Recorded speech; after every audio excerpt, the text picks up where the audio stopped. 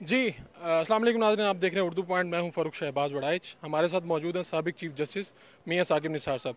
मियां साहब, आपने dam funds का आगाज़ किया, इतनी बड़ी आगाही दी लोगों को, लेकिन आपके बयान को मुतनाज़ा बना के पेश किया गया। कहा गया कि आपने पहले कहा था कि डैम बनाएंगे और बाद में कहा कि मैं तो सिर्फ आगाही दे रहा हूँ। और भाई, डैम ही बनना है इंशाल्लाह ताला।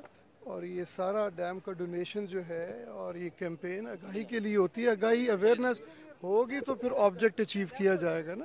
सर, डैम फंड के लिए जो तशहीर की गई वो उस पर ज़्यादा पैसे लगे, जबकि जो पैसे इकट्ठे वो कम हुए। इस पे कौम ने सवाल तो उठाए। आपने देखा कि पैमरा का जो इसमें व्यू पॉइंट है और जो कोर्ट का भी व्यू पॉइंट है, ये पब्लिक सर्विस जो हमारे मैसेजेस थे उनमें कवर होता है।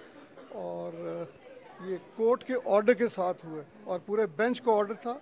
5 मेंबर बेंच ने ये ऑर्डर किया था, अकेले चीफ जस्टिस का ऑर्डर नहीं था।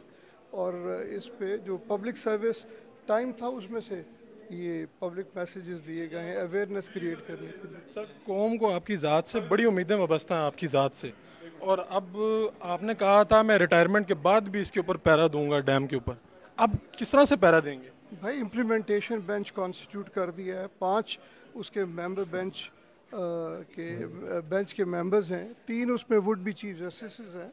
तो इंशाल्लाह ताला ये इम्प्लीमेंटेशन बेंच। आखिरी सवाल सर, आखिरी सवाल। अली अहमद कुर्द ने कहा कि आप नाकाम और मुतनाज़ चीफ जस्टिस रहे हैं। दुख तो हुआ होगा मुझे सुन के। मुझे नहीं पता, मैंने तो सुना भी नहीं। दुख तो हुआ होगा। मैंने सुना भी नहीं बयान, मुझे पता ही नहीं। बहुत बहुत शुक्रिया जी। हमारे साथ साबिक चीफ जस्टिस मियां साकिब निसार साहब मौजूद थे। और आज वो डैम फंड के हवाले से, अभी मिसाइल के हवाले से जो पाकिस्तान में सूरत हाल चल रही है उसके हवाले से एक तकरीब है, यहाँ पर आए हैं खिताब करने। फ़िलहाल मुझे अपने मेज़बान फ़ारूक शहबाज को इजाज़त दीजिए। अल्लाह निगहबान।